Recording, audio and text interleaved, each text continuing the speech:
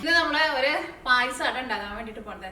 ഇപ്പൊ വിഷുവിന് അധികം ദിവസം ഒന്നുമില്ലല്ലോ. അപ്പൊ ഇന്ന് നമ്മൾ ഉണ്ടാക്കുന്നത് അരിപ്പായസമാണ് ഉണ്ടാക്കുന്നത്. അപ്പൊ അരിപ്പായസമൊക്കെ നിങ്ങൾ ഇതിന് മുമ്പൊക്കെ നിങ്ങൾ പലരും ഉണ്ടാക്കിയിട്ടുണ്ടാവും. പക്ഷെ നിങ്ങൾ ഇതേപോലെ അരിപ്പായസം ഉണ്ടാക്കി നോക്കുക. ഉറപ്പായിട്ടും നിങ്ങൾക്ക് നല്ല ഇഷ്ടമാവും. നല്ല ടേസ്റ്റ് ഉള്ള പായസമാണ്.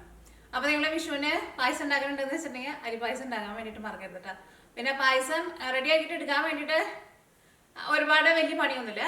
പിന്നെ എല്ലാ പായസം ഉണ്ടാക്കണ പോലെ കൂടി ഒരു പണിയുള്ളത് തേങ്ങാപ്പാൽ പിഴിഞ്ഞിട്ട് എടുക്കണം. തേങ്ങാപ്പാൽ നന്നായിട്ട് ചേർക്കണം. അപ്പോഴായിരിക്കും നമ്മുടെ പായസത്തിന് നല്ല ടേസ്റ്റ് ഉണ്ടാവുക. അപ്പോൾ നിങ്ങൾ ട്രൈ ചെയ്ത് നോക്കാം. ട്രൈ ചെയ്ത് നോക്കിയിട്ട് ഫീഡ്ബാക്ക് പറയാൻ വേണ്ടിയിട്ട് മറക്കരുത്. പിന്നെ നമ്മൾ മിയ കിച്ചണിൽ ലാസ്റ്റ് അപ്ലോഡ് ചെയ്തിട്ടുണ്ടായിരുന്നത് ഒരു മുട്ടക്കറിയുടെ റെസിപ്പി ആയിരുന്നു. അപ്പോൾ അതിന് 2-3 പേര് മെസ്സേജ് അയച്ചിട്ടുണ്ടായിരുന്നു മുട്ടക്കറിയിലെ ചാറ് കൂടുതലാന്ന് പറഞ്ഞിട്ട്. അത് അങ്ങനെ ചാറിൽ വെക്കുന്ന ഒരു കറി കേട്ടോ. അത് നമ്മൾ ഹോട്ടലിലേക്ക് ചെന്ന് കഴിയുമ്പോൾ അപ്പത്തിൻ്റെ കൂടെ ഒഴിച്ച് തന്നെ ഒരു മുട്ടക്കറി ഉണ്ടല്ലോ, കുറച്ച് ഇങ്ങനെ നീട്ടിയ ചാറായിട്ടുള്ളത്. അപ്പോൾ അതേപോലെയാണ് ഞാൻ ആ കറി ഉണ്ടാക്കിയേക്കുന്നത്. അപ്പോൾ നിങ്ങൾക്ക് അത്രയ്ക്ക് ചാറ് വേണ്ടാന്ന് വെച്ചിട്ടുണ്ടെങ്കിൽ അതിലേക്ക് നിങ്ങൾ വെള്ളം ചേർക്കുമ്പോൾ അത്രയ്ക്ക് വെള്ളം ചേർക്കണ്ട. ഞാൻ അതിനകത്തേക്ക് വേണം 2 ഗ്ലാസ് വെള്ളമാണ് ചേർത്തേക്കുന്നത്. അപ്പോൾ നിങ്ങൾക്ക് അത്രയ്ക്ക് വെള്ളം വേണ്ടാന്ന് വെച്ചിട്ടുണ്ടെങ്കിൽ 2 ഗ്ലാസ് വെള്ളം ഒഴിച്ചിട്ട് മുട്ടക്കറി റെഡി ആക്കിയിട്ട് നോക്കാം. കുക്കറിൽ വെച്ചിട്ട് ഭയങ്കര സിമ്പിളായിട്ട് റെഡി ആക്കിയിട്ട് എടുക്കാൻ വേണ്ടിയിട്ട് പറ്റുന്ന ഒരു മുട്ടക്കറിയാണ്. അപ്പോൾ ഇതൊക്കെ സമയങ്ങൾ തന്നെ നമ്മുടെ പായസം നമുക്ക് റെഡി ആക്കിയിട്ട് എടുക്കാം.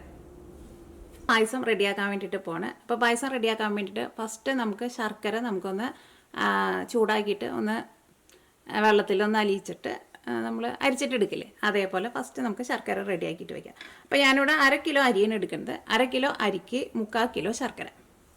ഇതാ നല്ല കറുത്ത ശർക്കര കിട്ടുകയെന്ന് വെച്ചിട്ടുണ്ടെങ്കിൽ നല്ല കറുത്ത ശർക്കര എടുക്കുക. അപ്പോൾ നമ്മുടെ പായസത്തിന് കുറച്ചും കൂടി നല്ലൊരു കളറും പിന്നെ ഈ കറുത്ത ശർക്കരയ്ക്കായിരിക്കും കുറച്ചും കൂടി നല്ല ടേസ്റ്റ് ഉണ്ടാവും കേട്ടോ. ഈ ശർക്കരയിൽ തന്നെ ടേസ്റ്റിൽ ശരിക്കും നല്ല വ്യത്യാസമുണ്ട്. വെള്ള ശർക്കര എടുത്തിട്ട് നമ്മൾ പായസം ഉണ്ടാക്കിയിട്ടുണ്ടെങ്കിൽ അത്രയ്ക്ക് ടേസ്റ്റ് ഉണ്ടാവില്ല. പക്ഷേ കറുത്ത ശർക്കര വെച്ചിട്ട് ഉണ്ടാക്കാമെന്ന് വെച്ചിട്ടുണ്ടെങ്കിൽ ഈ ശർക്കരയുടെ ടേസ്റ്റിന് വ്യത്യാസം ഉണ്ട്. അതുകൊണ്ട് തന്നെ പായസത്തിന് കുറച്ചും കൂടി നല്ല ടേസ്റ്റ് ഉണ്ടാവും. അപ്പോൾ ഞാനിവിടെ എടുത്തേക്കണ ശർക്കര ഇതാ ഇതിൻ്റെ പാക്കറ്റ് കാണിച്ചു തരാം. ആനന്ദ് എന്ന് പറഞ്ഞിട്ടുള്ള ബ്രാൻഡായിട്ട് ഞാൻ എടുത്തത്. ഇത് നല്ല കറുത്ത ശർക്കരയാണ് ഇത്. അപ്പോൾ 3/4 കിലോ ശർക്കര ഇതാ. അപ്പോൾ നിങ്ങൾക്ക് ഇതൊന്ന് പൊടിച്ചിട്ടിടാൻ വേണ്ടിയിട്ട് പറ്റാമെന്ന് വെച്ചിട്ടുണ്ടെങ്കിൽ പൊടിച്ചിട്ടിടാം. നാട്ടിലേക്ക് എന്ന് വെച്ചിട്ടുണ്ടെങ്കിൽ അമ്മിക്കല്ലുമ്പ് വെച്ചിട്ടൊന്ന് പൊടിച്ചിട്ട് എടുക്കാമല്ലോ. അപ്പോൾ അങ്ങനെ വേണമെന്ന് വെച്ചിട്ടുണ്ടെങ്കിൽ അങ്ങനെ എടുക്കുക. അല്ലെങ്കിൽ ഇപ്പോൾ പൊടിച്ചില്ലെങ്കിൽ കുഴപ്പമില്ല. ചെറിയ തീയിലിട്ടിട്ട് ഒന്ന് മെൽറ്റാക്കിയിട്ട് എടുത്താൽ മതി. മറ്റേതാകുമ്പോൾ പിന്നെ പൊടിഞ്ഞിട്ടുണ്ടെന്ന് വെച്ചിട്ടുണ്ടെങ്കിൽ നമ്മൾ വെള്ളം ഒഴിച്ചിട്ട് തീ നന്നായിട്ട് കൂട്ടി വെച്ചിട്ടുണ്ടെങ്കിൽ പെട്ടെന്ന് വെള്ളത്തിൻ്റെ കൂടെ അങ്ങോട്ട് ചേർന്ന് വരുമല്ലോ. ഇനി ഇതിലേക്ക് വെള്ളം ചേർക്കാം. 1.5 ഗ്ലാസ് വെള്ളം ചേർത്തിട്ടുണ്ട്. ഇനി നമുക്ക് തീ ഓണാക്കാം. അപ്പോൾ നമ്മുടെ ശർക്കര അവിടെ നിന്നിട്ട് റെഡി ആകുമ്പോഴേക്കും നമുക്ക് പായസത്തിലേക്കുള്ള അരിയുടെ കാര്യം നോക്കാം. അപ്പോൾ ഞാനിവിടെ എടുത്തേക്കുന്നത് ഇതാ, നമുക്ക് കടയിൽ നിന്ന് പായസം അരി എന്ന് പറഞ്ഞിട്ട് നമുക്ക് കടയിൽ നിന്ന് വാങ്ങാൻ വേണ്ടിയിട്ട് കിട്ടും. ആ അരിയാണ് എടുത്തേക്കുന്നത്. ഒന്നല്ലെങ്കിൽ ആ പായസം അരി എടുക്കുക, അല്ലെങ്കിൽ ഉണക്കലരി എടുക്കുക. ഉണക്കലരിയും പിന്നെ കുത്തരി. കുത്തരി എന്ന് വെച്ചിട്ടുണ്ടെങ്കിൽ നമ്മൾ ചോറിനാൻ വേണ്ടിയിട്ട് എടുക്കുന്ന അരിയാണ് കുത്തരി. ഇത് ആ അരിയല്ല കേട്ടോ. ഇതിൻ്റെ കുത്തരിയുടെയും പിന്നെ ഉണക്കലരിയുടെയും വ്യത്യാസം എന്താണെന്ന് വെച്ചിട്ടുണ്ടെങ്കിൽ ഉണക്കലരി നമ്മൾ നെല്ലുണ്ടല്ലോ, നെല്ല് നന്നായിട്ട് ഉണക്കിയിട്ട് മില്ലിൽ കൊടുത്തിട്ട് ഇതിനെ അരിയാക്കിയിട്ട് എടുക്കുന്നതാണ് ഉണക്കലരി.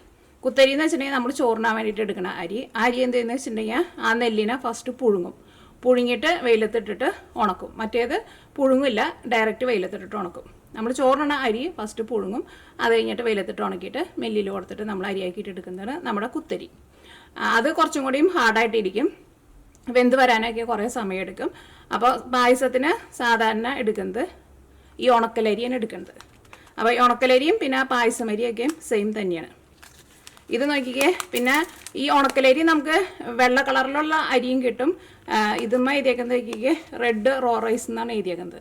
ഇത് നമ്മുടെ ഈ ചുവന്ന അരി ഉണ്ടല്ലോ, ആ അരിയുടെ അരിയാണിത്.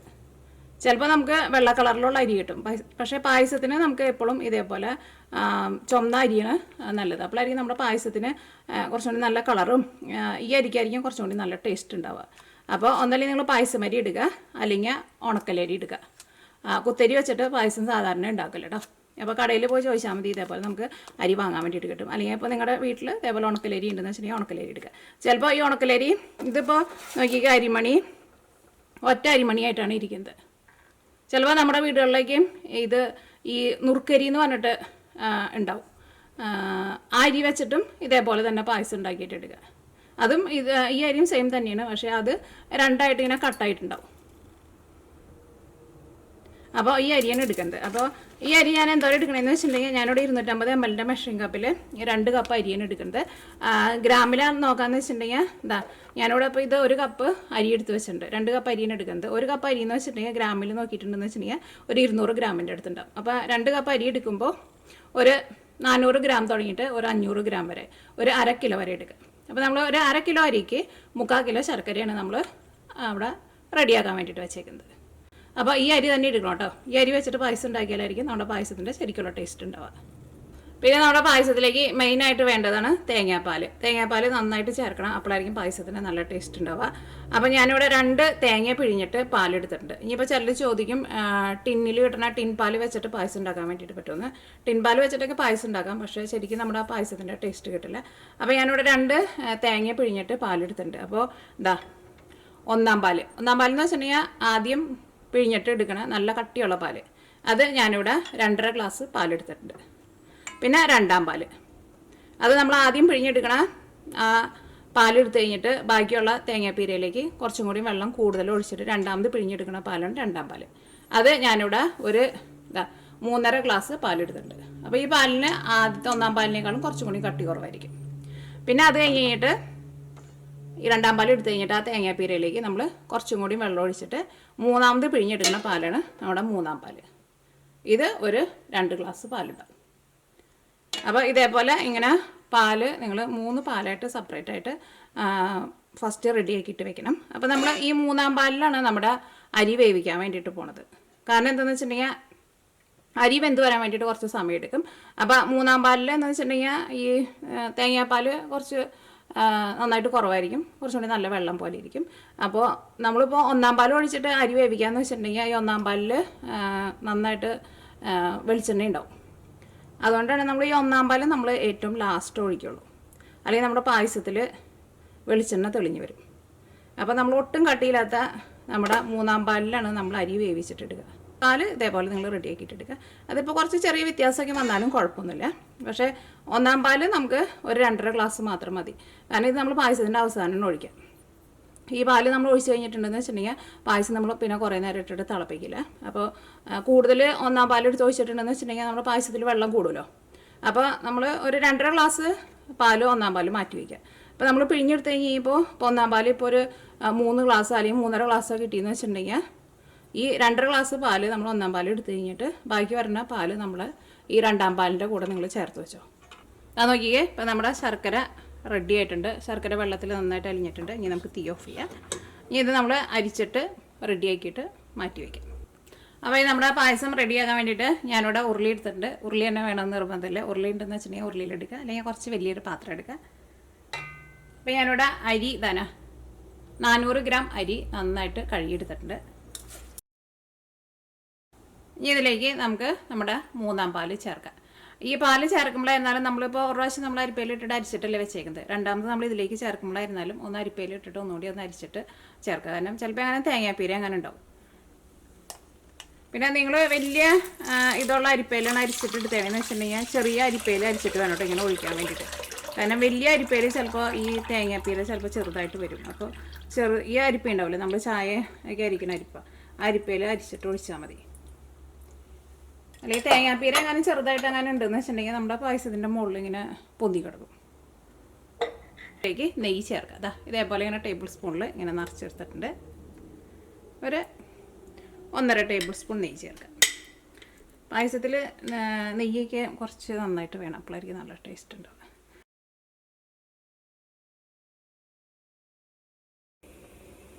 അപ്പോൾ എങ്ങനെ നിങ്ങളിപ്പോൾ മൂന്നാം പാല് ചേർത്ത് കഴിഞ്ഞിട്ട് ആ പാല് മുഴുവനും വറ്റി കഴിഞ്ഞു, നമ്മുടെ അരി വെന്തിട്ടില്ല എന്ന് വെച്ചിട്ടുണ്ടെങ്കിൽ നമ്മുടെ രണ്ടാം പാലിൽ നിന്ന് കുറച്ച് പാലും പിന്നെ കുറച്ച് വെള്ളം കൂടിയും ഒഴിച്ചിട്ട് ഇതിലേക്ക് ചേർത്തിട്ട് അരി വേവിച്ചിട്ട് എടുക്കാം കേട്ടോ. ഇതിപ്പോൾ ചുവന്ന അരി ആയതുകൊണ്ടാണ് ഇതിൻ്റെ കളർ തന്നെ കണ്ടില്ലേ, നല്ലൊരു പിങ്ക് കളറായിട്ടുണ്ട്. അപ്പോൾ നമുക്ക് ഉണക്കലരി വെള്ള കളറിലുള്ളതും കിട്ടും. പക്ഷേ നിങ്ങൾ ഉണക്കലരി ഇതേപോലെ ചുമന്ന ഉണക്കലരി എടുക്കുക. അപ്പോഴായിരിക്കും നമ്മുടെ പായസത്തിന് നല്ല ടേസ്റ്റ് ഉണ്ടാവും. നല്ല ടേസ്റ്റും നല്ല കളറും ഉണ്ടാവും. അപ്പോൾ നമ്മുടെ അരി നന്നായിട്ട് തിളച്ചിട്ടുണ്ട്. ഇനി മീഡിയം ഫ്ലെയിമിൽ വെച്ചിട്ട് മൂടി വയ്ക്കുക.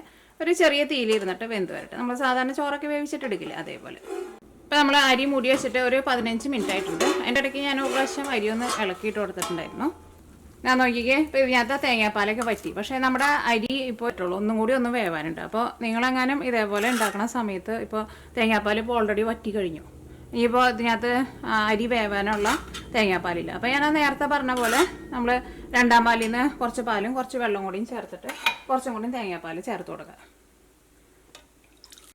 അപ്പോൾ നിങ്ങൾ തേങ്ങാപ്പാലിന് പകരം ഇതിലേക്ക് വെള്ളം എടുത്ത് ചേർക്കരുത്. വെള്ളം ചേർത്തിട്ടുണ്ടെന്ന് വെച്ചിട്ടുണ്ടെങ്കിൽ നമ്മുടെ പായസത്തിന് ഒരു വെള്ളത്തിൻ്റെ ടേസ്റ്റ് വരും.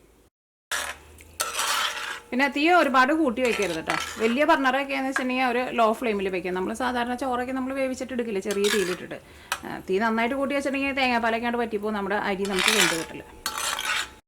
ഞാനിവിടെ ലോ ഫ്ലെയിമിലായിട്ട് മൂടി വെച്ചിട്ടുണ്ടായിരുന്നത്. ഇപ്പോൾ നമ്മുടെ അരി ഇതാണ് വെന്തിട്ടുണ്ട്.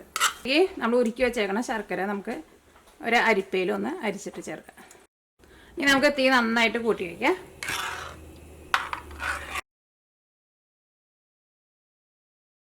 നമ്മുടെ ശർക്കര ചേർത്തിട്ട് ഒന്ന് തിളച്ചു തുടങ്ങിയിട്ടുണ്ട്. ഇനി ഇതിലേക്ക് നമുക്ക് ഏലക്ക പൊടിച്ചത് ചേർക്കാം.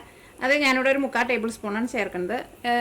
ഇതിന് നമ്മളിങ്ങനെ ചേർക്കണതിന് പ്രത്യേകിച്ച് അങ്ങനെ ഇത്രയ്ക്ക് അളവൊന്നുമില്ല. നമ്മുടെ ടേസ്റ്റിനനുസരിച്ചിട്ട് ചേർക്കാം. എന്നാലും ഒരു അത്യാവശ്യം നന്നായിട്ട് ഏലക്കായൊക്കെ ചേർക്കണം. അപ്പോൾ ഞാനിവിടെ ഒരു 3/4 ടേബിൾ സ്പൂൺ ഏലക്കായ ചേർക്കുന്നുണ്ട്. പിന്നെ ഏലക്കായ നിങ്ങൾക്ക് പൊടിച്ചിട്ട് എടുക്കുമ്പോൾ അറിയായിരിക്കും. അപ്പോൾ നമ്മൾ കുറച്ച് ഏലക്കായ ഉള്ളൂ എന്ന് വെച്ചിട്ടുണ്ടെങ്കിൽ മിക്സിയുടെ ചെറിയ ജാറിലിട്ടിട്ട് പൊടിക്കുമ്പോൾ കുറച്ച് പഞ്ചസാരയും കൂടി ചേർത്തിട്ട് പൊടിച്ചിട്ടെടുക്കുക. അപ്പോൾ നമുക്ക് നല്ല നൈസ് പൊടിയായിട്ട് പൊടിഞ്ഞിട്ട് പാനിയിൽ കിടന്നിട്ട് നമ്മുടെ പായസം ഒന്ന് നന്നായിട്ട് തിളച്ച് ഒന്ന് ചെറുതായിട്ടൊന്ന് കുറുകി വന്നു കഴിയുമ്പോൾ നമ്മളിതിലേക്ക് രണ്ടാം പാല് ചേർക്കും. അപ്പോൾ നമ്മളിങ്ങനെ ഇളക്കുമ്പോൾ നമ്മുടെ ഈ പാത്രത്തിൻ്റെ നോക്കിക്ക് ഈ അടിഭാഗം നമുക്ക് ശരിക്കും കാണാൻ വേണ്ടി പറ്റുന്നുണ്ട്. ഇതേപോലെ ഇങ്ങനെ ഡ്രൈ ആയിട്ട് വരണം. ഇതുമേ ഇരുന്നാലും എന്താണെന്ന് നോക്കിക്കേ, ഈ ചോറുമേ ഇരുന്നാലും നന്നായിട്ട് ഈ ശർക്കരയൊക്കെ നന്നായിട്ട് പിടിച്ചിട്ടുണ്ട്. ഇനി ഇത് നമ്മൾ തേങ്ങാപ്പാൽ ഒഴിച്ചാലും ഇതിൻ്റെ ഉള്ളിൽ നിന്ന് ആ മധുരം പോവില്ല. അപ്പോഴായിരിക്കും നമ്മുടെ പായസത്തിന് നല്ല ടേസ്റ്റ് ഉണ്ടാവുക. ഇനി ഇതിലേക്ക് നമുക്ക് ചുക്ക് പൊടിച്ചതും പിന്നെ ചെറിയ ജീരകം പൊടിച്ചതും കൂടിയിട്ട് ചേർക്കാം. അത് കഴിഞ്ഞിട്ട് നമുക്ക് രണ്ടാം പാൽ ചേർക്കാം. ചുക്ക് പൊടിച്ചത് നമുക്കൊരു 1/2 ടേബിൾ സ്പൂൺ ചേർക്കാം. അതല്ലെങ്കിൽ നമുക്ക് ഉണങ്ങിയേക്കണ ഇഞ്ചി വാങ്ങാൻ വേണ്ടിയിട്ട് കിട്ടുമല്ലോ, അതിനുള്ള നമ്മൾ ചുക്കെന്ന് പറയുന്നത്. അതൊന്നല്ലെങ്കിൽ പൊടിച്ചിട്ട് എടുക്കുക. അല്ലെങ്കിൽ നമുക്ക് ചുക്ക് പൊടി നമുക്ക് കടയിൽ നിന്ന് റെഡിമെയ്ഡായിട്ട് വാങ്ങാൻ വേണ്ടിയിട്ട് കിട്ടും. ഇത് ഞാനിവിടെ വാങ്ങിച്ച് നോക്കിയേ, ഗ്രൗണ്ട് ജിഞ്ചർ പൗഡർ എന്ന് പറഞ്ഞിട്ട് നമുക്ക് വാങ്ങാൻ വേണ്ടിയിട്ട് കിട്ടും. പക്ഷേ ഫ്രഷ് ആയിട്ടുള്ള ഉണങ്ങിയിട്ടുള്ള നമ്മുടെ ചുക്ക് പൊടിച്ചിട്ട് എടുക്കാമെന്ന് വെച്ചിട്ടുണ്ടെങ്കിൽ കുറച്ചും കൂടി നല്ല സ്മെല്ലുണ്ടാവും. ഇതിന് അത്രയ്ക്കാണ്ട് സ്മെല്ലില്ല കേട്ടോ.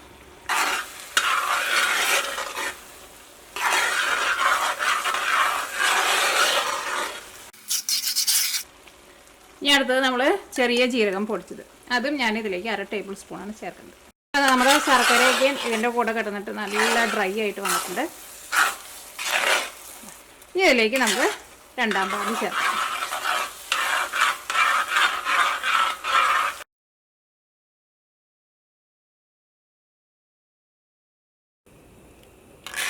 ഈ രണ്ടാം പാല് ഒന്ന് നന്നായിട്ട് തിളച്ച് കഴിഞ്ഞ് കഴിയുമ്പോൾ നമുക്കിതിലേക്ക് ഒന്നാം പാല് ചേർക്കാം.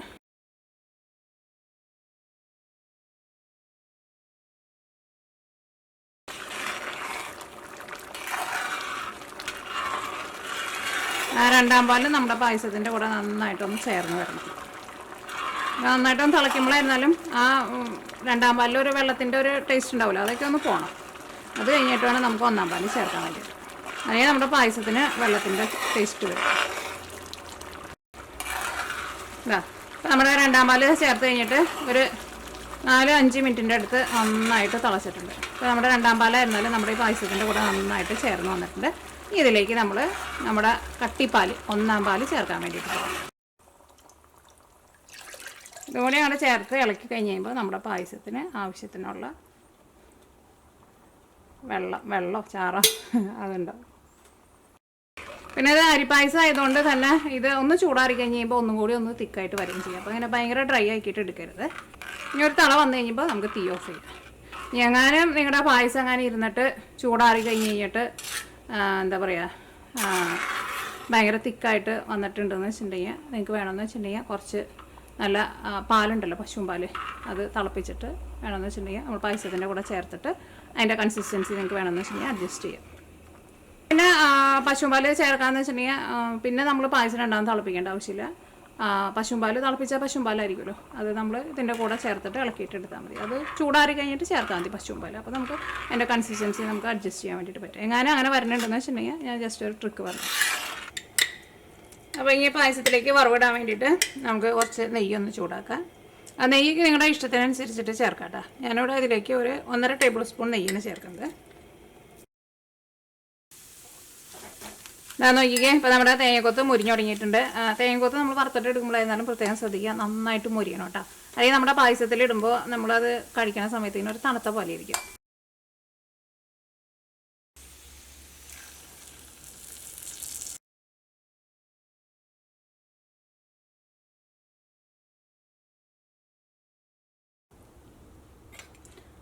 അപ്പോൾ നമ്മുടെ അരി പായസം റെഡി ആയിട്ടുണ്ട്. ഇതാ പായസം ഇതേപോലെ തന്നെ ഇരിക്കണം. ഭയങ്കര എന്താ പറയുക, ഭയങ്കര വെള്ളം പോലെ ഇരിക്കുകയും ചെയ്യരുത്, ഭയങ്കര തിക്കായിട്ട് ഇരിക്കുകയും ചെയ്യരുത്. നല്ല സൂപ്പർ ടേസ്റ്റുള്ള നല്ല അടിപൊളി പായസമായിട്ട്. അപ്പോൾ നിങ്ങൾ ഞാൻ പറഞ്ഞ പോലെ എടുക്കുമ്പോൾ കറുത്ത ശർക്കര ഉണ്ടെന്ന് വെച്ചിട്ടുണ്ടെങ്കിൽ കറുത്ത ശർക്കര എടുക്കുക. അതേപോലെ തന്നെ ഉണക്കലരി അല്ലെങ്കിൽ പായസത്തിൻ്റെ അരി വെച്ചിട്ട് പായസം റെഡിയാക്കിയിട്ട് എടുക്കുക. പിന്നെ ശർക്കര ചേർക്കാൻ പോണതിന് മുമ്പ് അരി ഒരു 3/4 ഭാഗം വെന്തിട്ട് വേണം അതിലേക്ക് ശർക്കര ചേർക്കാൻ വേണ്ടിയിട്ട്. പിന്നെ ശർക്കര ചേർത്ത് കഴിഞ്ഞിട്ടുണ്ടെന്ന് വെച്ചിട്ടുണ്ടെങ്കിൽ നമ്മുടെ അരി നമുക്ക് ശരിക്കും വെന്ത് കിട്ടില്ല.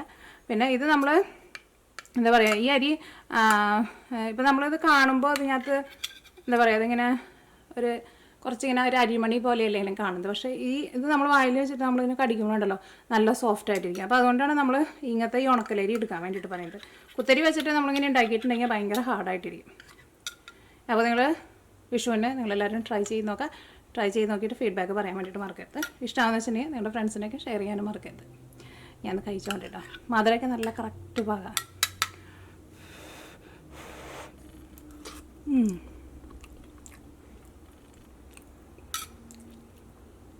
സൂപ്പർ ടേസ്റ്റുള്ള പായസമാണ്, നല്ല പായസം, അടിപൊളി പായസം.